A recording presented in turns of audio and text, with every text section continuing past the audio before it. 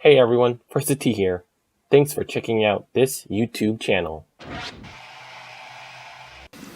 All right, we'd like to welcome Joaquin Niemann, the champion of the 2022 Genesis Invitational. Jaco, it's your second win on the PGA Tour in dramatic fashion, led from start to finish wire to wire.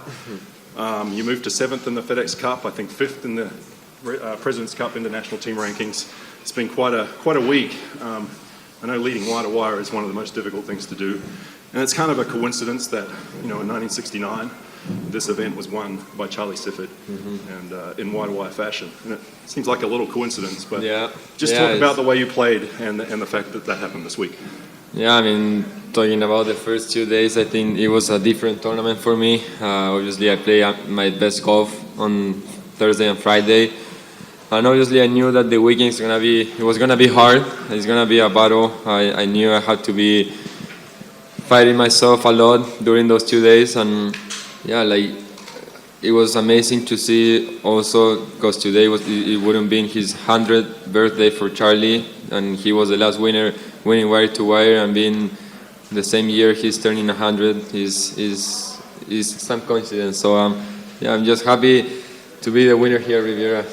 And just can you touch on how this performance, I mean, you've obviously played some stellar golf, but how would it rank in your career as some of the best golf you played? Yeah, obviously it's the toughest tournament, I think, during the year. You got the best field, the best players are here, and that proves myself that I can be competing with the top guys. I can be up there on the world ranking, and I think it's gonna give me a lot of confidence for what is coming next. And I think at the beginning of the year, I just start playing great golf at Torrey, and coming this week, I was feeling really confident about my game, and I was able to handle during the week. And just finally, before we take some questions, that was a pretty wild ceremony down there on 18 Green. Just receiving the trophy from Tiger, how special was that? And just at the end, when all your fans were there and you ran over to them at the end. It was awesome having Tiger there. I haven't seen him since probably a year. Everybody knew what happened here 1 year ago, which was pretty sad. And being able to see him doing as well as he's doing is awesome. It talks pretty well of how good he is about, any aspect of golf and life. He's awesome. He's one of my idols. I always watch him on TV, and I still do. And I've been having Tiger on the side, receiving the trophy was something special. And just the comment on the fans at the end after. The fans. There was a lot of Latinos, a lot of Chileans, so you can feel the support of them. That they were cheering differently than the people here. So it was special to have them there. I spent some time with them. They followed me the whole round and spent 1 minute with the trophy, take a picture. I think I made their day. Yes, you did. We'll take some questions. Just raise your hand. It's hard for us to see up here, so we'll get a mic to you. Start with Jeff over on the left there in the back, and then we'll go to Daniel here. We'll come to the front after. Joaquin, you have not had much success here in your previous visits, and then now you come so close to the tournament record. What changed for you with your relationship with Riviera? I've been here a couple of times. Obviously, I played the U.S. Amateur a couple of years ago. I remember last year I played great golf the first 2 days. Then the weekend I didn't play good. But I think it's one of those courses that you gotta do everything right. You gotta hit it good off the tee. You gotta hit your irons pretty good, and you gotta putt unbelievable, especially in these type of greens because they're so fast. And I think obviously the first 2 days are different than the weekend, and I was more surprised by myself or how good I handled myself, my attitude on the course during the weekend. I know I didn't play my best golf like I did the first 2 days, but I was impressed the way I handled. And looking back, I think couple tournaments ago that I didn't win, I think my attitude wasn't the same as this year. So I think that is one big change that I take it really positive. Okay, we'll go to Daniel next. I noticed that Sergio, Mito, Carlos, Sebastian, and Johnny Vegas all stuck around to congratulate you. How has that crew of guys helped you feel more comfortable in your first couple years on tour? Yeah, they are awesome. They make think all the Latinos that we hang out together, it makes our life easier, more fun, more entertainment. We every time obviously we play 30 weeks a year, and out of those 30 weeks a year, you want to spend as much fun as you can, and we stay together, we play practice round together, we're really unified all together, and we have a great relationship, and having them here on 18, it was something really special for me. It was, obviously we got the tournament, but knowing that they are there for me, waiting for me, to see me receiving the trophy was something really special. So I'm really thankful and happy because of the friends that I have. Down here, Suzanne, there's a mic behind you. What was your approach, your mental approach last night, this morning, knowing that you've got a 3-shot lead going into the final round, and also knowing the sort of strange things that can happen to a leader on a Sunday? Yeah, to be honest, it was a really long day today, and it was a long morning also. I was thinking the other day that Saturday and Sunday, the warm-ups, it felt that it was like 2 or 3 hours warm-ups. Normally they are pretty quick, and yeah, like the time was going slower every time, and yeah, I mean, obviously it's such a tough course that you want to be hitting it good on the right spots, and especially on the weekend when you have really tough pins, you're not on the right side, and it's really hard to get it up and down. So it was a big battle, and I was trying to keep my emotions down, not thinking about where I could hit the ball. I just tried to hit my shot, and if it was good, it was good. And yeah, I mean, I think my putting, my scramble, on Sunday it was huge, which normally is not my best, and on Sunday, where I needed the most, it was there. We'll take one from Suzanne. We'll get that mic over to Ben Everell first. Congratulations, first of all. Thank And you. can you tell me what's happening? All of a sudden, there's a lot of interest and a lot of Latinos developing. Did you have special coaching? How did you really prepare to get to this level? And were there people that came to help from America or other places? Or what's been some of the keys for your success here? I think it was having the support of a coach, having the support of my dad, my mom, my family, the federation in Chile. Everybody in Chile did a great job of helping me out to start traveling around the world, because I knew I was good in Chile. I was winning tournaments, but obviously you want to be here on the PGA Tour. You want to compete in America, because in America you got the best players in the world, in junior and amateurs, everywhere. So I think being able to have the opportunity to come to the United States when I was probably 14, to start playing tournaments, competing with other players from my same age, I think that was something that I needed to do, and it worked out well. Ben in the back. Congrats, Jaco. Mate, can I ask, where were you in the break, in your off-season, and what were you doing?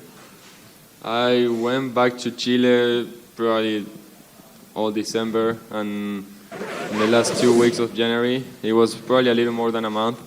And yeah, we did a lot of everything. That's I asked because I figured that, and that's your recharge, right? You need to go back to essentially get back to your roots and enjoy yourself and reset. And has that been part of why you think you started this year so successfully? Yeah, I think it's something that I like to do every year. I go back to my normal life, like you say. I mean, I've been here for a little more than 3 years, and it's a hard life, obviously. Especially for people, for us that we don't live in the United States, being so far from home. It's nice to go back once in a while, see my friends, see my family, do what I used to do when I was 16, and yeah, I think that bring me some energy to my body, and it was better now. Doug, you ready? Two things, Joaco. First of all, there was 2 big moments out there. On number 8, a 2-shot swing with your birdie and his bogey, and then your chip in on 11. Which do you think was more significant, and why? What was more important in the scheme in the round? I think number 8 was big. I mean, after bogeying number 7, I knew that I needed to hit a good driver, a good tee shot on number 8, because it's not an easy tee shot. And I've been hitting my wedges so good this week that I knew if I hit it the fairway, I had a big chance to make birdie, and yeah, I hit a a great shot. Cameron hit it just over the green, and I knew it was my opportunity to come back a little stronger and start playing the next holes better, because you can birdie a few more holes there on 9, 10, 11, and yeah, I think 8 was big, and then 11 it gave me a little bit of relief, kind of, but not really, to battle those holes 12, 13 that are pretty hard. And secondly, a little bit off topic, but while you were doing some, pretty good golf out there today, there was a lot of news going on with the tour when DJ and Bryson said that they were going to be staying on the PGA Tour. I know you haven't wanted to talk about it earlier, but in a broader sense, when the top 12 players in the world have indicated that they're staying here, do you think it would make it tougher for someone to not want to compete against the best? Yeah, obviously. I mean, everybody's here to compete with the best players in the world. I'm here too to do the same. I want to compete with the best players in the world. I want to be number one day, and I think there is nothing better like what I'm feeling right now. I mean, winning a PGA Tour event, getting a trophy, having Tiger there, all the history behind thing. I mean, there's nothing that can beat this. When you put it out on 18, you looked almost as relieved as happy. Was that just the pressure of going to wire to wire here, or was it the heat you're feeling from Colin and Cameron all day? Can you start again? Sorry. You looked as relieved as happy when it was over. Yes. Yeah, I felt that I had to be really focused during the round. All I wanted to think about it was on the next shot and trying to feel my body, how I was feeling, trying to feel the shot I was trying to do, and yeah, when I finished, it was like, hell yeah. I mean, it took forever, and we're finally done, and I can have a smile on my face and just think about it like it was a fun day, Just take a couple more. We'll go Adam here first.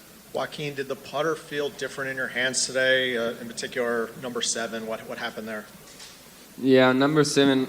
It was a tricky putt. I mean, if I hit it too hard, it was probably ended up outside the green, and if I hit it too hard on the left side, it was going left. And yeah, I mean, I didn't leave myself in a good position to make 2 putts there, and I hit a bad putter. And then the second one was actually a good putter. I just didn't hit it. But yeah, I mean, it was just I think it was bad. It was a wrong club from the bunker. I should have hit a 9-iron to hit it closer to the hole. I thought it was going to get a little longer. In the back, sir. Yep. Joaquin, Right in the back. Rashawn Haylock, KTLA 5 here in Los Angeles. What does it mean to you to be mentioned along the likes of Charlie Sifford? And you mentioned outside that there's a lot of artifacts and things in the clubhouse that you can't help but to notice when you walk in there. Is there anything specifically related to Charlie that you noticed in there as well? Yeah, you can see all the history here behind the clubhouse.